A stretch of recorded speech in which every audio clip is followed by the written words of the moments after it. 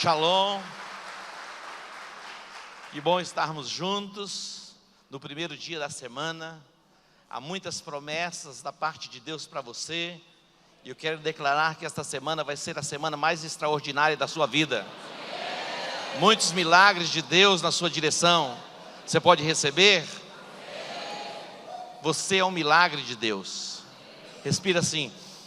Olha esse ar maravilhoso. Quanto você pagou por ele? Nada. Todo mundo tem celular, não tem? O pastor Clodilson diz assim: cumprimente essa pessoa linda que está perto de você. Hoje eu já recebi 2 cumprimentos. Você é muito lindo, você é muito lindo. Né, Júnior? O Júnior já falou isso para mim 2 vezes hoje. Eu comecei a acreditar nesse negócio, Reinaldo. Faz o seguinte, pega o seu celular, tira aí uma foto, um selfie com uma pessoa que está pertinho de você assim, ó. E você vai colocar e você vai publicar lá: estou no melhor lugar do mundo, #IECG. Dá para pôr? Vai lá, tira aí um selfie. Pode ir lá. Eu estou no melhor lugar do mundo, #IECG. Nós vamos mandar para o mundo. Eu vou tirar um aqui, tira aqui para mim, ó. Vem cá, sai no vídeo aqui comigo. Vem vocês dois.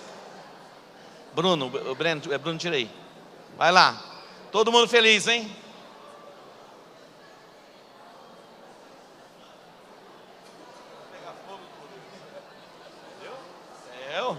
Olha só, e esse aqui saiu bonita mesmo, hein? Manda lá. Hoje é um dia de festa, é um dia de celebração. Jesus morreu, mas Ele ressuscitou, Ele está vivo. E nós podemos nos alegrar juntamente com Ele, porque nós fomos ressuscitados também com Ele. Amém? Temos conosco a doutora Tânia. Ela disse que estava quase prescrevendo a data dela vir aqui, mas ela veio no dia certo, na hora certa. Doutora Tânia é juíza federal. Ela é amiga assim do Moro. Ela manda prender, ela manda soltar. Ela não trabalha na Lava Jato, mas Lava Jato também. Bem-vinda, doutora Tânia, pastora Tânia. Bem-vinda, pastor Otto. Pode vir para cá. Hoje temos o privilégio de receber este casal abençoado. A doutora Tânia, ela tem um testemunho extraordinário de superação. E ela não é de um lugar tão distante, ela é de Aquidauana. Eu estava falando de vocês, Reinaldo, da Rose, que é de Culturama, é menor ainda. Eu estava falando do testemunho de vocês também de superação. Ele que é o nosso deputado, a irmã dele, a Rose, é a nossa prefeita, futura prefeita. Deus chama a existência as coisas que não são como se já fosse. E a gente fala a linguagem dos céus. Não é isso que a Bíblia diz? Deus chama a existência as coisas que não são como se já fossem. Então quem é a prefeita? Acabou. Vocês estão tão tímidos. Deixa para lá, depois a gente fala sobre esse assunto. Deus chama a existência as coisas que não são como se já fossem. Temos o projeto Você Pode Vencer, que o Clodilson é o nosso pré-candidato, ainda não é candidato, que não temos candidato ainda, mas é o nosso pré-candidato. Deus tem nos levantado como igreja para marcarmos a nossa geração e cremos na mudança completa. Deus quer nos colocar no lugar de governo e de autoridade. Eu creio nisso. Eu creio que em um futuro bem breve nós teremos mesmo vereadores, deputados estaduais, federais, senadores, governador e quem sabe até o presidente da república saindo daqui. Você crê que isso é possível? Lógico que é possível. Creia. Os nossos filhos, a nossa descendência, eles tomarão conta dos portais da cidade, que fala do lugar de autoridade. E aqui nós temos um testemunho vivo, que é a pastora Tânia, o que Deus fez na vida dela, de onde Deus a tirou, indo para o Rio de Janeiro, na perspectiva natural, sem possibilidade nenhuma de fazer a faculdade que ela fez. Era um desafio. Depois se tornando juíza federal. Hoje, pela graça de Deus, ela aposentou e ela prega no mundo. E a prova é Deus reservar essa agenda para a gente hoje. E você vai ser tremendamente abençoado. Interessante, você pode pensar assim: por que tiraram o púlpito? Porque ela é uma senhora pastora moderna, então ela vai pregar sentadinha. Quando eu fui buscá-los, ela e o pastor Otto, no hotel, Quando eles entraram no meu carro, meu carro exalou um perfume assim, eu falei, meu Deus do céu, é Chanel da onde esse negócio? Era muito perfume, a coisa mais deliciosa do mundo. Eu falei, que pastora cheirosa! E ela falou outras coisas, depois ela falar para vocês. Deus que abençoe, né? Ele conta a primeira parte só porque ele é um gentleman, viu? Eu respondi para ele, olha, velha e feia não tem como solucionar, mas pedida e mal arrumada, nunca, nunca. Deixa eu dizer uma coisa para vocês, ele é precioso, o seu pastor é um homem de Deus, é um homem de visão e é um homem alegre, bem-humorado. Eu estava vendo ele e a apóstola Marisa aí, os dois, eles riem o tempo todo. Isso é o segredo de um casamento feliz, sabia? E ele já brincou 2 vezes, ele brincou no culto primeiro e brincou agora, que eu sou assim com o juiz Sérgio Moro. Mas deixa eu dizer uma coisa para vocês, eu ainda não tive o privilégio de conhecê-lo pessoalmente. Eu não sou assim com ele, mas eu sou uma fã desse homem. Porque um homem de bem se levantou nessa nação e mudou a história da nação. Foi o começo da meada que foi puxado. Então vamos dar um aplauso para esse homem.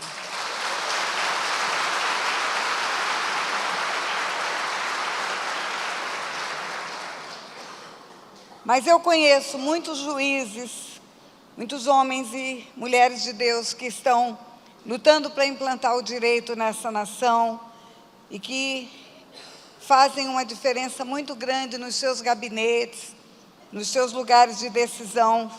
São canetas que mudam a história da nação. E eu louvo a Deus pela vida deles, que Deus guarde os juízes, cubra e proteja com o sangue de Jesus. Em especial, eu quero mandar um beijo para um juiz filho meu, um juiz muito querido que está me ouvindo agora, viu? Um beijo no coração dele. Abre tua Bíblia em 1 Samuel, capítulo 30. Eu vou contar para você por que eu estou sentadinha. Não é porque eu sou chique, não. É porque eu estou com uma lesão no ombro direito. Eu sofri uma queda no Japão e aí eu tive uma lesão grave. Eu, inclusive, vou precisar me submeter a uma cirurgia e eu não posso levantar o meu braço. E os púlpitos são muito altos em todos os lugares. E aqui o meu braço fica acomodadinho aqui nesse lugar. Então, a cadeira não é por chiqueza, não, é por necessidade, viu? 1 Samuel capítulo 30, mas primeiro eu vou te contar uma história. Antes de fazermos a leitura do que eu quero ler para você. Eu quero falar para você que Davi, o rei Davi, ele foi um campeão de batalhas, homem de guerra, você sabe disso. Chegou a um ponto que Deus falou para ele que não seria ele a construir o templo, porque ele tinha sido um homem sanguinário. Homem de batalhas, todo mundo conhece a história dele com Golias. O menino Davi, um garoto que tinha pouco mais de 14, 15 anos, derrubou um gigante que envergonhava uma nação. Mas eu quero te contar uma história de Davi, porque talvez você pense em Davi como salmista ou como rei, e você não sabe os percalços pelos quais ele passou. Davi, depois que foi para o palácio em Israel e foi trabalhar como escudeiro do rei, e até o momento da sua consagração como rei em lugar de Saul, ele passou por muitas lutas, muitas. E eu me lembro que quando eu estive aqui a última vez, eu tenho uma memória boa, eu preguei uma palavra que eu dei o nome do curral ao palácio, contando os percalços que Davi esteve no momento em que ele era perseguido por Saul. Mas eu não falei disso que eu quero lhe falar hoje. Eu quero lhe dizer que Davi, quando ele esteve foragido, na caverna de Adulão, um lugar onde ele ficou escondido, ele encontrou homens endividados, amargurados, e eu acrescento desesperados, porque quem está endividado e amargurado está desesperado. E ele, como ele sempre olhou para o alto, como ele mesmo salmodiou, né? Eleva os olhos para o alto, de onde me virá o socorro. Ele nunca olhou para as circunstâncias, por pior que estivesse sendo o seu momento. Havia uma expectativa do cumprimento de uma promessa de Deus. Eu sei que até hoje de manhã, a palavra que foi ministrada foi nessa verve, foi nesse sentido. Um homem, no momento difícil, olha para o alto, não olha para as circunstâncias, porque é do alto que vem a resposta e é do alto que vem o socorro. E Davi, na caverna de Adulão, no auge da perseguição, tinha perdido o emprego, porque ele era escudeiro do rei, e o rei estava ao seu encalço. Tinha perdido a esposa, porque a esposa era filha do rei e ficou no palácio. Tinha perdido o amigo do coração, que era filho do rei também, era o cunhado. E tinha perdido tudo que ele tinha. Na verdade, perdido até a boa fama, porque ele teve que se fingir de doido para sobreviver. Ele teve que passar por louco, porque senão seria morto numa cidade onde passou fugindo. E aí ele chega desse jeito na caverna de Adulão. Ele chega completamente sem nada. Às vezes você encontra pessoas que perderam o casamento, estão desesperadas. Encontra pessoas que perderam o emprego, estão abaladas. Encontra pessoas que perderam a boa fama, estão terrivelmente assustadas. Pois Davi tinha perdido tudo ao mesmo tempo. Só que Davi não tinha perdido o Senhor. Você pode perder tudo, você só não pode perder o Senhor. Porque o Senhor é a fonte de tudo para você. Ele é a restituição, Ele faz tudo novo. Nele estão todas as nossas fontes. Ok, igreja? Diga, eu creio. Então, porque ele tinha confiança em Deus, lá na caverna de Adulão, no momento da chegada, quando ele foge da perseguição, ele escreve o Salmo 34. E é um salmo de otimismo. Quando você lê o Salmo 34, você pensa que foi escrito por alguém que estava muito bem, mas não é verdade. É alguém que confiava muito em Deus, mesmo estando muito mal. E aí o que ele faz na caverna de Adulão? Ele encontra 400 homens e ele vai chefiar aqueles homens. Veja bem, Davi tinha uma promessa. Ele ia ser rei de Israel. Deus havia prometido isso a ele. E eu disse na primeira parte do culto hoje à tarde, Deus é fiel nas suas promessas. Se Deus falou, acontecerá. Se Deus disse que será, será. O inferno inteiro pode se levantar, não vai conseguir frustrar um plano de Deus. E Davi sabia que seria rei, porque ele era menino quando o profeta foi na casa do seu pai com um chifre cheio de azeite. Deus o escolheu rei. Ninguém sabia, porque foi uma ação do Espírito. Não houve uma proclamação pública, mas havia uma revelação do Espírito de um projeto e um propósito de Deus para a vida dele. E aí Davi olha para aqueles homens endividados, amargurados, e ele vê um potencial exército. Ele era chefe de um exército que estava ao seu encalço agora. Ele era chefe de um exército que estava perseguindo e queria a cabeça dele a prêmio. Ora, como confiar num exército que quer matá-lo? E aí ele olha para aqueles homens e ele imagina um novo exército. E ele começa a treinar. E daqueles homens saem novos guerreiros. Só que Davi é um fugitivo agora. Davi não está na sua nação, Davi está vivendo itinerante.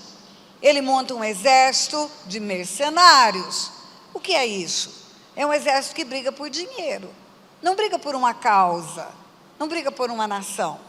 Um exército que é contratado para guerrear por dinheiro, treinadíssimo por Davi. Inicialmente, na caverna de Adulão, tinha 400 homens. Mas, de repente, chegam mais 200, certamente, gradativamente. E Davi agora tem um exército de 600 homens. E Davi está guerreando para sobreviver. Esses homens agora estão com as suas famílias, com os seus filhos, e eles foram morar, sabe aonde? No território dos filisteus.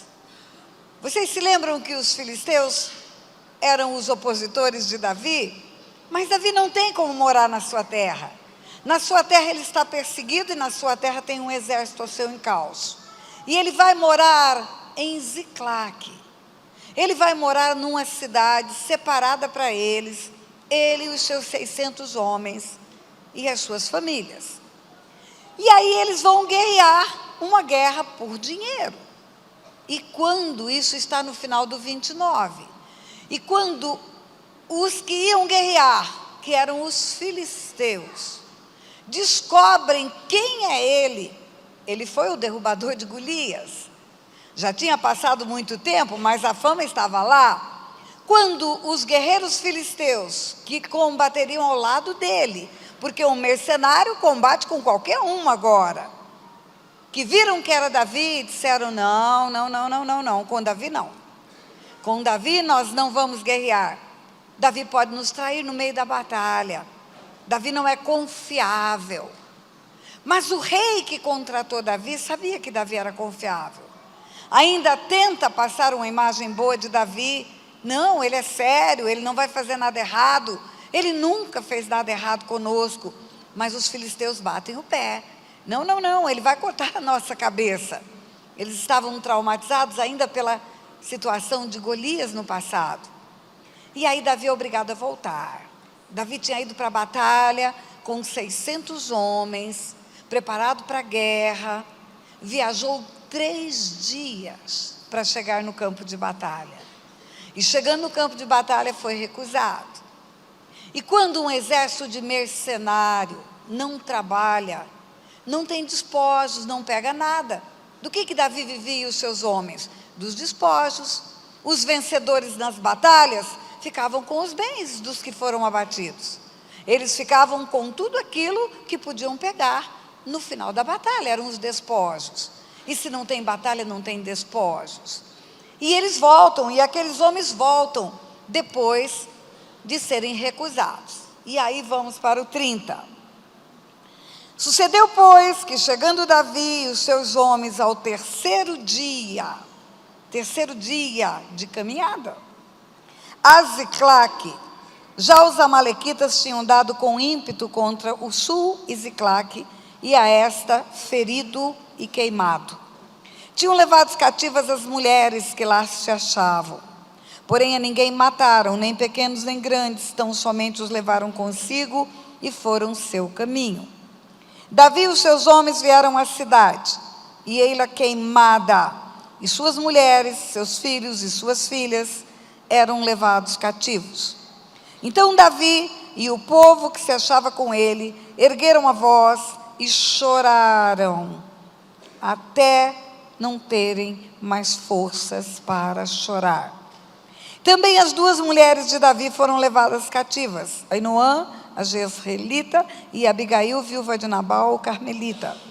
Davi muito se angustiou, pois o povo falava em apedrejá-lo, porque todos estavam em amargura, cada um por causa dos seus filhos e de suas filhas. Porém Davi se reanimou no Senhor seu Deus. Disse Davi a Abiatar, o sacerdote, filho de Aimeleque: traze-me aqui a estola sacerdotal. E Abiatar trouxe a Davi. Então consultou Davi ao Senhor, dizendo: perseguirei o bando, alcançá-lo-ei? Respondeu-lhe o Senhor: persegue-o, porque de fato o alcançarás, e tudo libertarás. Partiu, pois, Davi, ele e os 600 homens que com ele se achavam, e chegaram ao ribeiro de Besor, onde os retardatários ficaram. Davi, porém, e os 400 homens continuaram a perseguição, pois que 200 ficaram para trás, por não poderem, de cansados que estavam, passar o ribeiro de Besor. Acharam no campo um homem egípcio, e trouxeram a Davi, e deram-lhe pão, e comeu, e deram-lhe a beber água. Deram-lhe também um pedaço de pasta de figos secos, e 2 cachos de passas, e comeu, recobrou então o alento, pois havia 3 dias e 3 noites, que não comia pão, nem bebia água. Então lhe perguntou Davi: de quem és tu, e de onde vens? Respondeu o moço egípcio: sou servo de uma amalequita, e meu senhor me deixou aqui, porque adoeci há 3 dias. Nós demos com ímpeto contra o lado sul dos Queratitas, contra o território de Judá e contra o lado sul de Calebe, e pusemos fogo em Ziclague. Disse-lhe Davi: poderias, descendo, guiar-me a este bando? Respondeu-lhe: jura-me por Deus que não me matarás, nem me entregarás nas mãos de meu senhor, e descerei e te guiarei este bando.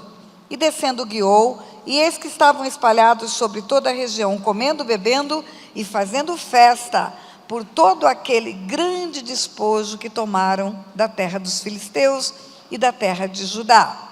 Feriu-os Davi desde o crepúsculo vespertino até a tarde do dia seguinte, e nenhum deles escapou, senão só os 400 moços montados em camelos que fugiram, e assim Davi salvou tudo quanto haviam tomado os amalequitas, e também salvou as suas 2 mulheres, e não lhes faltou coisa alguma, nem pequena nem grande, nem os filhos, nem as filhas, nem o despojo, nada do que lhes havia tomado, tudo Davi tornou a trazer. Também tomou Davi as ovelhas e o gado, e o levaram diante de Davi, e diziam: esse é o despojo de Davi. E chegando Davi aos 200 homens, que de cansados estavam, não o puderam seguir, e ficaram no ribeiro de Bessó. Estes saíram ao encontro de Davi, e o povo que com ele vinha. Davi, aproximando-se deles, os saudou cordialmente. Então todos os maus e filhos de Belial, dentre os homens que tinham ido com Davi, responderam e disseram: visto que não foram conosco, não lhes daremos do despojo que salvamos. Cada um, porém, leve sua mulher, seus filhos, e vá embora. Porém Davi disse: não fareis assim, irmãos meus, mas com o que nos deu o Senhor, que nos guardou e nos entregou às mãos o bando que contra nós vinha, quem nos daria ouvidos nisso? Quem vos daria ouvidos nisso? Porque qual é a parte dos que desceram a peleja, tal será a parte dos que ficaram com a bagagem, receberão partes iguais. E assim, desde aquele dia em diante, isto foi restabelecido por estatuto e direito em Israel até o dia de hoje. Chegando Davi a Ziclague, enviou do despojo aos anciãos de Judá, seus amigos, dizendo: eis aqui para vós outros um presente dos despojos dos inimigos do Senhor. Até aqui. Diga glória a Deus. Vamos entrar nessa história. Eu acho que quando você entra na cena, você consegue compreender a grandeza do que Deus fez. Aqueles homens viajaram 3 dias para irem para a batalha. 3 dias. Voltaram 3 dias para chegar na cidade de onde eles foram para a batalha. A cidade onde moravam, onde as suas famílias habitavam, Ziclague. E eles encontraram Ziclague queimada, Ziclague destruída, e não havia ninguém. Era uma cidade fantasma. Todas as mulheres e todas as crianças que não estavam na batalha e que estavam na cidade foram levados cativos. Todos foram levados cativos. 600 homens, chefiados por Davi, perderam as suas famílias, perderam seus bens, perderam as suas casas. Quando você tem uma casa invadida por um ladrão, que leva a televisão, leva joias, leva os objetos de valor da sua casa, é dramático. Não sei se alguém aqui já passou por isso, mas é dramático. Uma sensação horrível, invadir o seu espaço, entrar nos seus aposentos. Eu experimentei isso 3 vezes na cidade do Rio de Janeiro. Agora imagina você chegar de uma viagem de trabalho, porque para eles era trabalho, e não encontrar nada em pé, nada. E não encontrar as suas esposas, nem as suas crianças. Em um dos assaltos à minha residência no Rio de Janeiro, os bandidos me levaram. Eram 5 homens armados até os dentes. Eles se drogaram durante o assalto.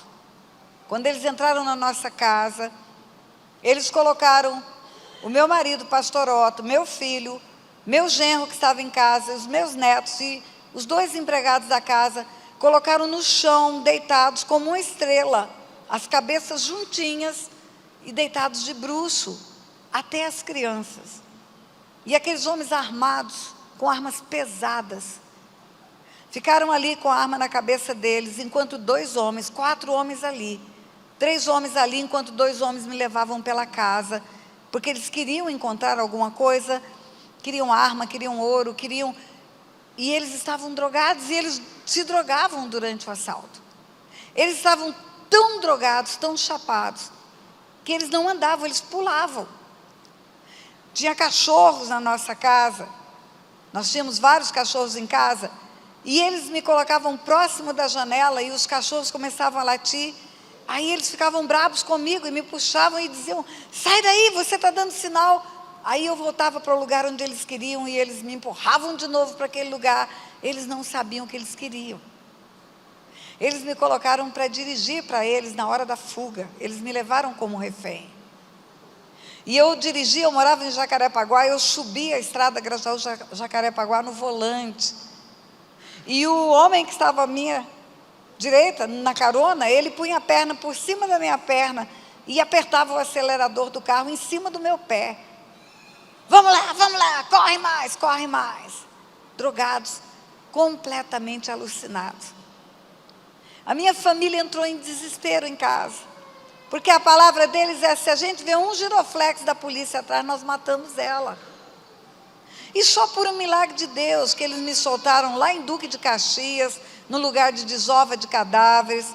A única coisa que eu conseguia fazer era orar e dizer, o Senhor é meu pastor, nada me faltará, e ainda que eu andasse pelo vale da sombra da morte, eu não temerei mal algum, porque o Senhor está comigo, e ainda que eu ande pelo vale da... Era só isso.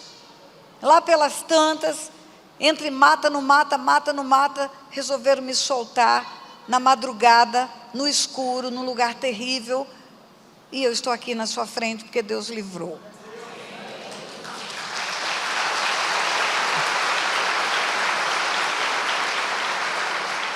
Mas eu estou contando isso porque eu imagino o que aqueles 600 homens pensaram quando chegaram e não encontraram suas famílias.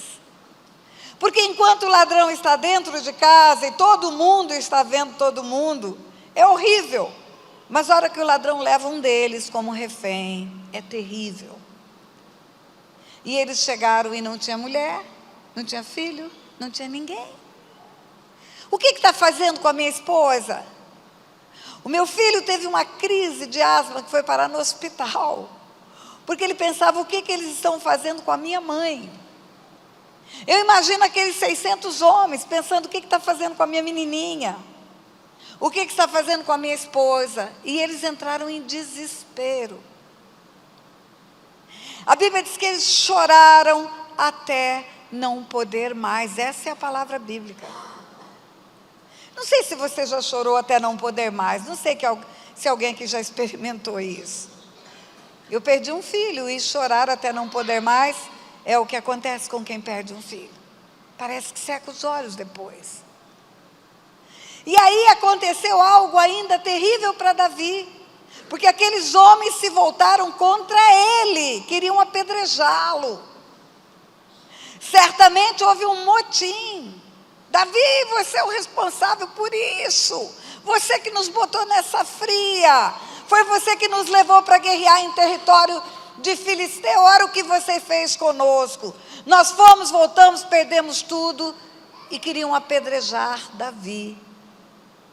E a Bíblia diz que Davi não se desesperou.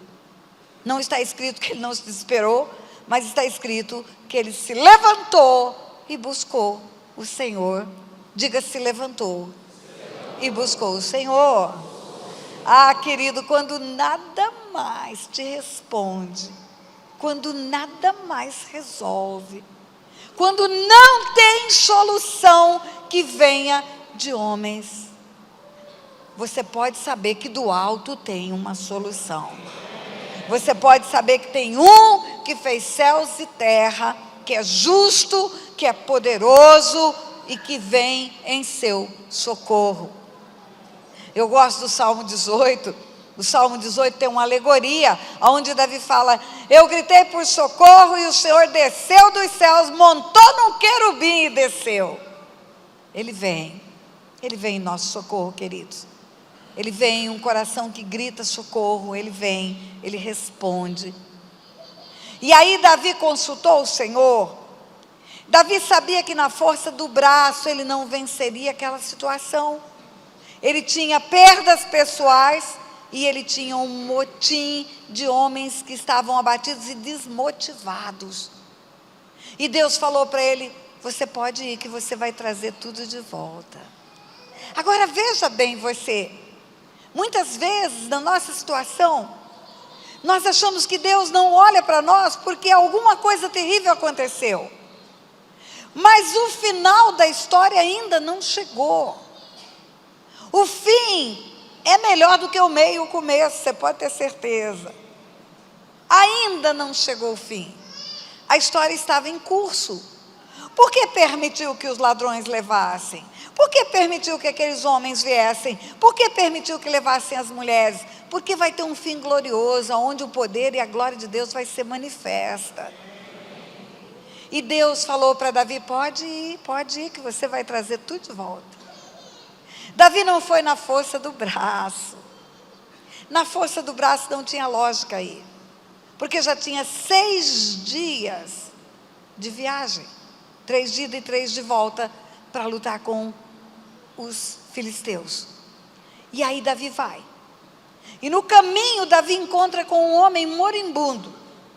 Esse homem era um egípcio. E eles acodem o homem dando comida e água. E pergunta para o homem: quem é você? Quando o homem se refaz. E o homem fala: eu sou um servo dos amalequitas. Eles me deixaram aqui porque eu adoeci. E fazem 3 dias que eu estou jogado aqui, sem comer e sem beber. Então vamos fazer as contas: 3 dias de ida, 3 dias de volta e mais 3 dias. Eles têm de prejuízo, são 9 dias. E aquele homem diz para Davi: eu faço parte do bando que tocou fogo em Ziclag. Quando ele disse aquilo para Davi, Davi falou no seu coração: Deus entregou o inimigo na nossa mão. Deus entrega o inimigo na nossa mão, sabia? De onde você menos espera, vem a chave para virar o jogo, para transformar e para construir uma nova história. Davi podia ter ido por qualquer lugar naquele deserto, mas Deus o conduziu no lugar onde estava aquele homem caído, porque naquele lugar ele teria o esconderijo dos amalequitas. Aquele homem veio com os amalequitas, sabia onde os amalequitas se encontravam. Agora veja o caráter de Davi. Davi podia enfiar uma faca no pescoço daquele homem e falar: ah é? Você faz parte dos que queimaram as nossas casas? Pois eu vou te matar agora. Ou então apertar o pescoço daquele homem e dizer: abre a tua boca agora e entrega onde eles estão. Não, Davi não faz isso. Davi fala: o Senhor poderia nos guiar até onde eles estão? Poderia? Poderia te dar a alternativa de responder não. O caráter de Davi era suficientemente íntegro para saber que aquele homem era só um servo, era um escravo. Aquele homem não tinha poder de decisão. Davi não imputa a culpa para um homem inocente. Davi não responsabiliza aquele homem, porque aquele homem só fez cumprir ordens. E quando Davi pergunta: poderia nos levar ao local?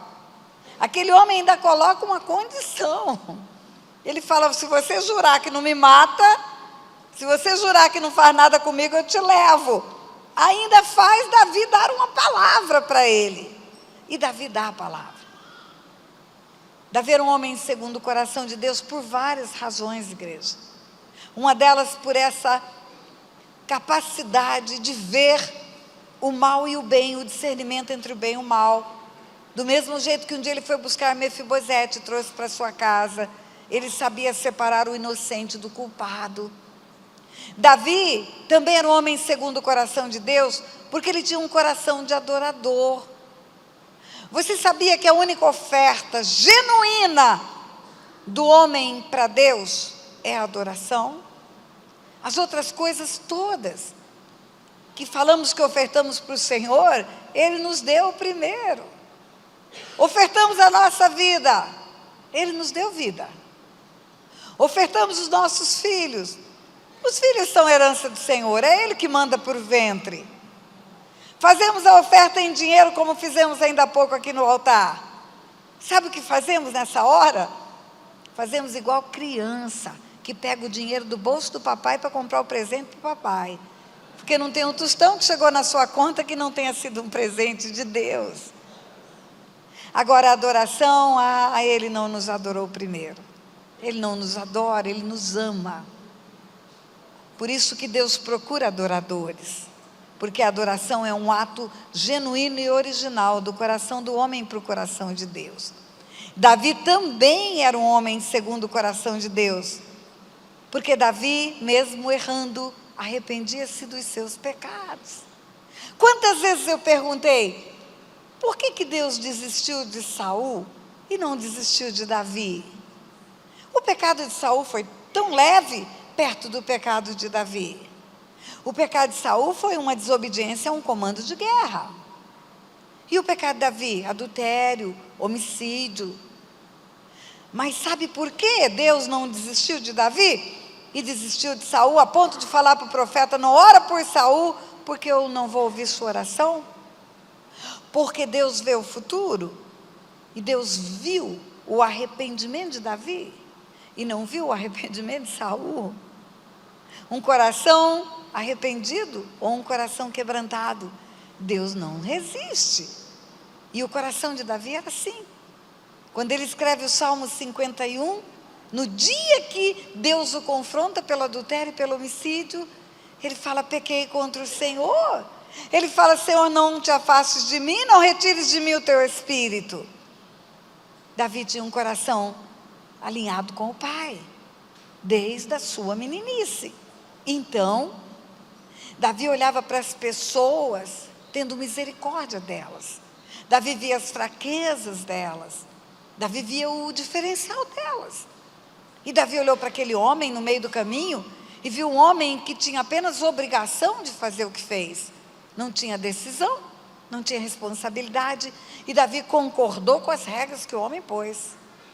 E o homem o levou em perseguição aos amalequitas. Agora tem um detalhe. Eram 400 homens. 200 não aguentaram até o fim. 200 ficaram no meio do caminho, num lugar chamado Ribeiro de Bessor. Talvez os mais velhos, talvez os machucados de guerra, talvez aqueles mais desanimados, não sei, mas 200 ficaram. Talvez a turma de mais vigor físico continuou a batalha e ficaram para trás, 200. Um terço ficou para trás. E os 400 que foram, guiados por aquele homem egípcio e chefiados por Davi, chegaram no lugar onde os amalequitas estavam escondidos. Estavam bebendo e comendo, comemorando o despojo grande que pegou. Não havia tocado numa mulher, não havia tocado numa criança. E Davi os surpreendeu, porque a última coisa que eles esperavam era a chegada de Davi. E na história que eu li para você, diz que Davi e os seus homens guerrearam desde a tarde do dia da chegada até a tarde do dia seguinte. Guerrearam 24 horas. Depois de andar 9 dias, eles guerrearam 24 horas. Você acha que isso é coisa de homem? Você acha que isso é coisa de bíceps, de tríceps? Não, querido, isso é Joe, isso é de outro mundo. Isso não é força humana. Na sua força humana você não vence nada, não rebate nada, não resolve nada. Mas com a força que vem do alto, você desbarata quadrilhas, você salta muralhas, você avança e você chega no lugar determinado por Deus para você chegar.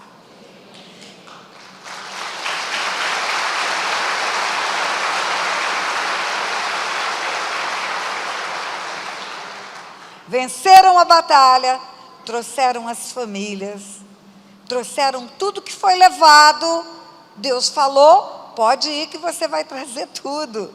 Palavra de Deus empenhada, não tem como voltar atrás. Só que Deus nem contou para Davi que ele traria mais do que foi tomado. Porque Deus é assim. Como Deus odeia a iniquidade do roubo, Ele devolve 4 vezes mais aquilo que é tomado. E Davi volta com uma riqueza. Davi volta com uma riqueza que agora está com ele, que era do inimigo. E volta as famílias, os despojos e o que Davi ganhou. Quando eles chegam próximo daqueles 200 homens que ficaram para trás, os 200 homens morrem de alegria. Eles veem que o exército está voltando com as suas famílias. E eles correm ao encontro da sua família, cada um querendo encontrar sua esposa, suas crianças. E no meio dos 400 que batalharam, tinha uns homens maus, a Bíblia diz maus. Homens que olharam para aqueles que ficaram e disseram: não, vocês não guerrearam conosco, a única coisa que vocês vão ganhar são as suas mulheres e as suas crianças, e se deem por muito satisfeitos, porque os bens nós vamos ficar, os bens até deles, porque o que foram pegar de volta pertencia a eles também. Então aqueles homens dizem: você não brigou, e porque você não brigou, você não ganhou, e se dê por satisfeito de ter sua mulher de volta. E o homem chamado Davi, mais uma vez, alinhado com o céu, fala: não, nós vamos entregar para eles aquilo que é deles e que o Senhor nos devolveu. Davi estava dizendo: vocês não fizeram nada, vocês só foram instrumentos na mão de Deus. Tira da cabeça que foi na força do braço que vocês pegaram de volta.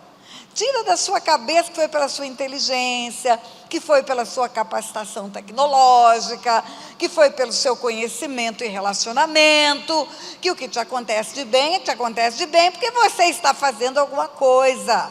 Mete na sua cabeça que tudo de bem vem do alto, é isso que Davi estava dizendo. Toda dádiva, todo dom perfeito, é de lá que vem. É de lá que vem tudo. É de lá que vem a proteção. É de lá que vem as bênçãos. É de lá que vem a família. A Bíblia fala que o homem, quando encontra uma esposa, encontra favor de Deus. Você pensa que é o seu charme que fez você encontrar uma esposa? Quem encontra uma esposa, encontra favor de Deus. Quem encontra uma esposa santa, uma mulher de Deus, encontra muito favor de Deus. E quem encontra uma esposa santa, mulher de Deus, ainda charmosa e cheirosa, aí encontra muito favor de Deus. Mas é de Deus. É de Deus que vem nossos filhos. Nós não fazemos filhos, igreja. Nós recebemos filhos da parte de Deus. Os filhos são herança do Senhor.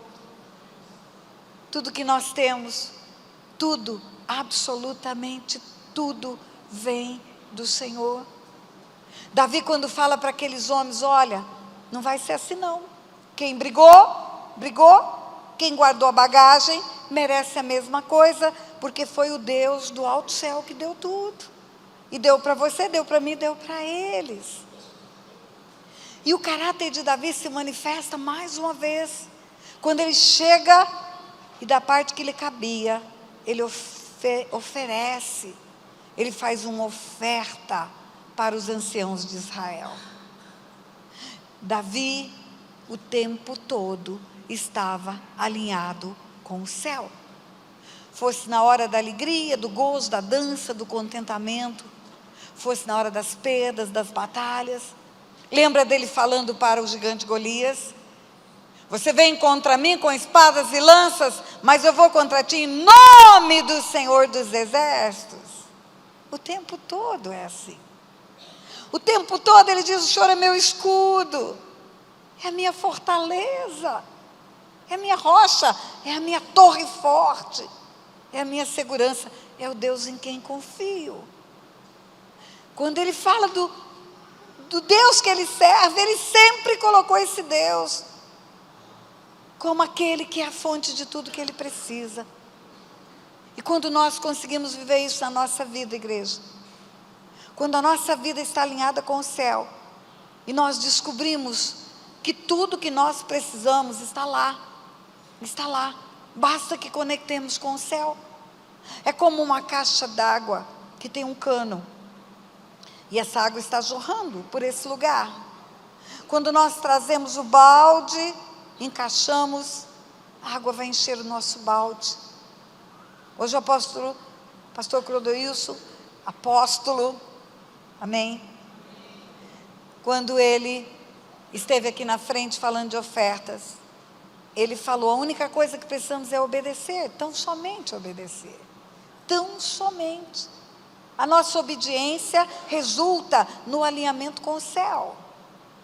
A nossa obediência resulta na convergência com o lugar da bênção. Buscai primeiro o reino de Deus e a sua justiça.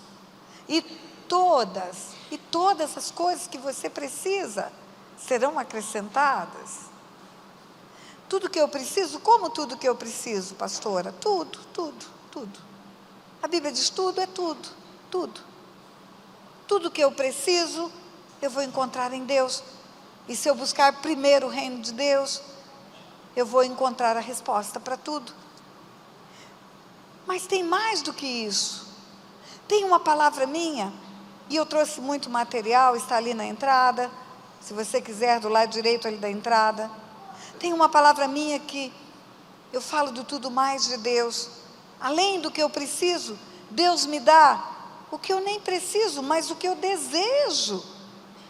A palavra diz, agrada-te do Senhor, e Ele satisfará os desejos do teu coração. E vai mais além disso. A palavra de Deus também diz que nem olhos viram, nem ouvidos ouviram, e nem jamais penetrou no coração do homem o que Deus tem preparado para aqueles que o amam. Então eu nem desejei, eu fui surpreendido com a bênção. É a minha história. Quando que a menina de Aquidauana, a menina que catava metais no lixo de Aquidauana, podia imaginar um dia estar falando para você aqui nesse lugar? Podia sonhar em pisar em tantos continentes da terra para pregar o Evangelho? Foi surpresa de Deus para mim isso. Nem olhos viram, nem ouvidos ouviram. A única coisa que você precisa fazer é vir para esse Deus, entregar a sua vida nas mãos dEle, acreditar que Ele é o teu Criador, aquele que te formou, e acreditar que o amor dEle é o amor que está na palavra. Amou o mundo de tal maneira que deu o Filho para salvar o mundo. Se você tem filhos, você sabe que o teu filho é o teu bem maior. Se uma pessoa tiver um filho e muitos bens, e um sequestrador levar o filho e pedir uma fortuna que tenha que ser rapidamente capitalizada ou descapitalizada para virar dinheiro, ele vende todos os bens para resgatar a vida de um filho. Você venderia o carro para resgatar a vida de um filho? Venderia um imóvel? Colocaria todos os seus recursos para resgatar a vida de um filho? E Deus entregou o filho dele por amor a você. Quando você entende o tamanho desse amor, um amor que excede a todo entendimento, um amor que extrapola a nossa capacidade de perceber as coisas, nós vamos acreditar que quem deu o filho não tem limites para nos abençoar. Não tem limites. Se Ele deu o filho, Ele vai dar tudo mais que eu preciso. E aí nós vamos chegar confiadamente ao trono da graça. Nós vamos chegar diante dEle como um filho chega diante de um pai. E aí está a diferença. Talvez você que entrou nesse lugar tenha ouvido que todos os caminhos levam a Deus. Todos os caminhos levam a Deus, pastora? Levam, verdade. Até o satanismo leva a Deus. Até o que serve nas trevas vai chegar diante de Deus um dia. Até o ateu. Todos vão chegar diante de um tribunal, onde um justo juiz vai julgar todas as pessoas. Agora tem um caminho que leva ao Pai, não ao juiz. Jesus diz: eu sou o caminho, a verdade e a vida. E ninguém vem ao Pai, ninguém vem ao Pai senão por mim. E quando você chegar diante de um juiz, vai ser para ser julgado. E é um justo juiz. Há um tribunal onde tem um justo juiz para julgar, onde tem um advogado que é o Filho, e tem uma testemunha que é o Espírito Santo, e tem um acusador terrível que é a promotoria. E se ele apresentar provas concretas da minha culpa, o juiz vai ter que me condenar, não vai ter outro jeito. Se o promotor apresenta provas concludentes, o juiz tem que acolher. Agora, uma coisa é eu chegar diante desse tribunal, outra coisa é eu chegar como filho. E como filho, sabe o que eu vou ouvir? Vinde, benditos do meu Pai, para o reino que vos está preparado desde antes da fundação do mundo. Você é filho? Se você é filho, você é herdeiro.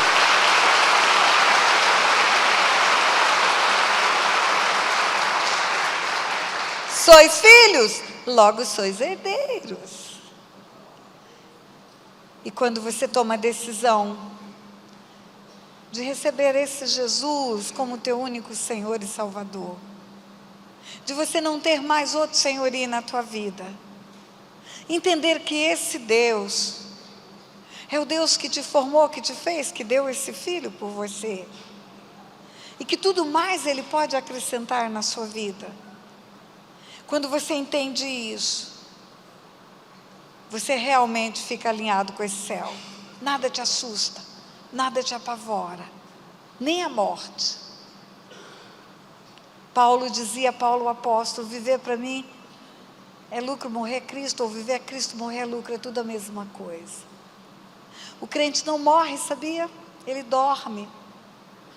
É como uma criança que dorme no sofá da sala, e aí o pai pega no colo e leva para o quarto, porque dormiu no lugar e vai acordar no outro.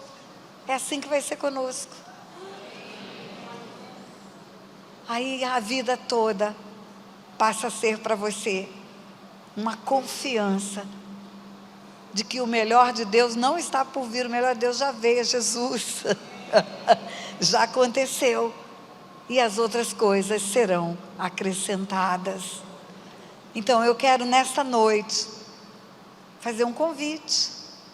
Eu não sei se todas as pessoas que estão aqui já um dia entregaram a sua vida nas mãos de Jesus. Um dia já chegaram e disseram para Ele: eu quero que você venha ocupar a minha vida e quero que você tenha o controle da minha vida. Alguém que entende que precisa viver alinhado com o céu, que não pode viver mais sozinho. Alguém que quer vir como Davi, no Ribeiro de Bessor. Sabe o que é Ribeiro de Bessor? Ribeiro de Bessor é um lugar espiritual, onde eu sei que tudo vem de Deus. Eu quero convidar você a entregar a sua vida para Jesus. É o começo de uma grande história. Todos nós temos uma história antes e uma história depois do encontro com Jesus. Todos aqueles que estão aqui, que fazem parte dessa igreja, teriam um testemunho forte para dar. Tem um antes e tem um depois na nossa vida. Amanhã eu vou dar o meu testemunho aqui, mas eu não quero esperar amanhã para te convidar. Eu já quero convidar você hoje. Se você quer entregar a sua vida na mão desse Deus, que faz a restituição da sua alegria, que te dá a segurança de uma mão forte guardando você, que te dá o gozo e o contentamento de saber que você tem um amanhã. Levanta sua mão onde você estiver. Eu quero te conhecer. Levanta. Quero te receber, na verdade, aqui na frente. Eu quero te receber. Levante sua mão. Eu sei que o culto de domingo é muito comum as pessoas da igreja, é a celebração. Eu sei que vocês têm uma metodologia que ganha almas nas células, mas talvez tenha entrado uma visita aqui hoje, e eu não posso deixar de convidar você. Alguém quer entregar a sua vida nas mãos de Jesus hoje? Quer passar comigo esse lugar? Eu quero receber você nesse lugar. Não se envergonhe, não. Não se envergonhe. Glória a Deus. Glória a Deus. Vem, minha querida, vem. Vem. Glória a Deus. Alguém vem receber essas preciosas aqui. Glória a Deus, querida. Que gostosura ver você aqui. Tem mais? Venha. Venha. Não fica com vergonha, não. Não fica com vergonha. Venha. Venha. Glória a Deus. Glória a Deus. Eu quero que abrace ela. Eu quero que abrace. Eu não quero só que encoste. Abrace. Isso. Grude. Lá vem mais gente. Glória a Deus. Glória a Deus. Glória a Deus. Vamos lá. Vamos, não vamos atrasar, não. Tá todo mundo com fome, querendo jantar daqui a pouco. Vamos fazer isso aqui. Vem, querida, vem. Vem. Glória a Deus. Diga glória a Deus, igreja.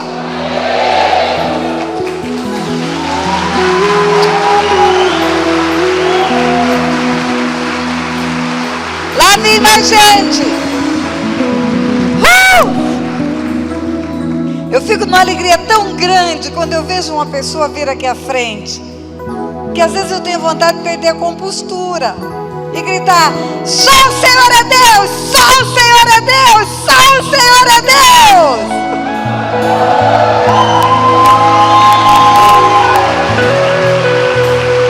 Oh, glória. Vamos orar. Vamos orar juntos. Igreja, vamos orar com eles.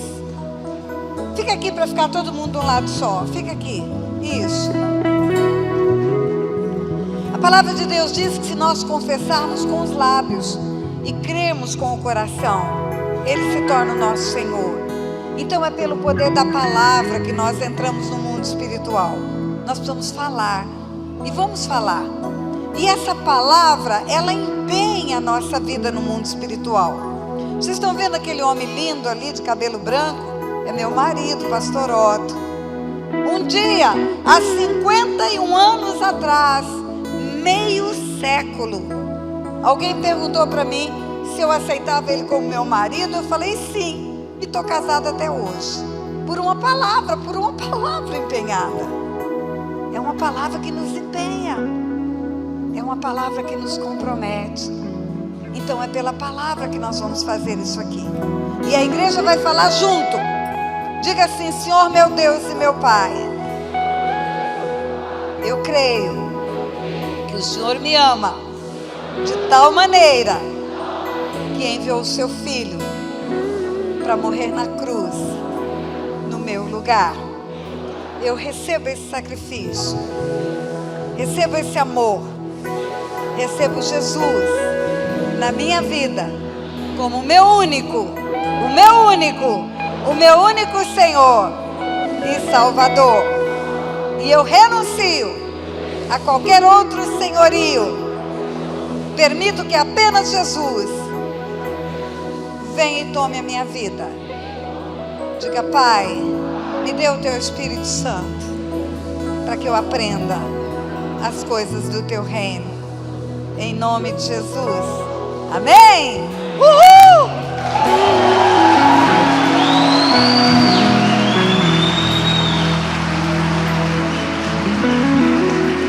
Agora eu vou orar.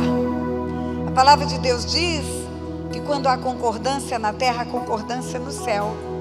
E também diz que quando a igreja, e aqui somos a igreja, liga na terra, liga-se no céu. E quando a igreja desliga na terra, desliga-se no céu. E eu vou orar. Pai, nós concordamos com a oração feita por essas pessoas. Concordamos, Pai, e sabemos que a concordância na terra resulta em concordância no céu. Da mesma forma, Pai, como igreja, nós ligamos a vida delas ao reino da Tua luz e desligamos a vida delas do império das trevas, em nome de Jesus. Amém? Vira para trás, olha a alegria desse povo aí de encontrar você.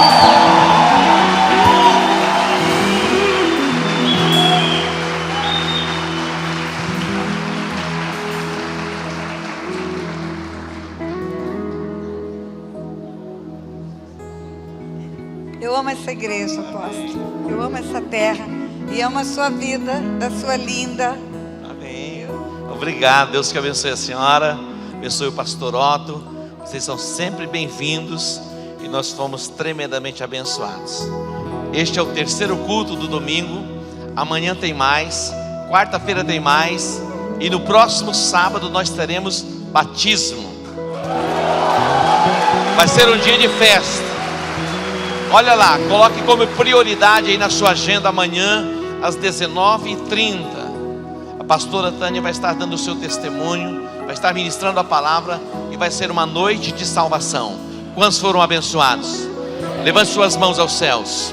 Pai, te agradecemos e te bendizemos por esta noite de salvação, de libertação e de cura. Que a bênção do Senhor alcance cada lar, cada família. E que esta semana seja uma semana de conquista, uma semana de prosperidade, uma semana de céus abertos, uma semana de renovo. Eu ordeno a bênção do Senhor sobre a tua vida, sobre o teu lar, sobre o teu trabalho, no nome de Jesus. Diga obrigado, Senhor. Um beijo e até amanhã às 19h30. Shalom. Eu me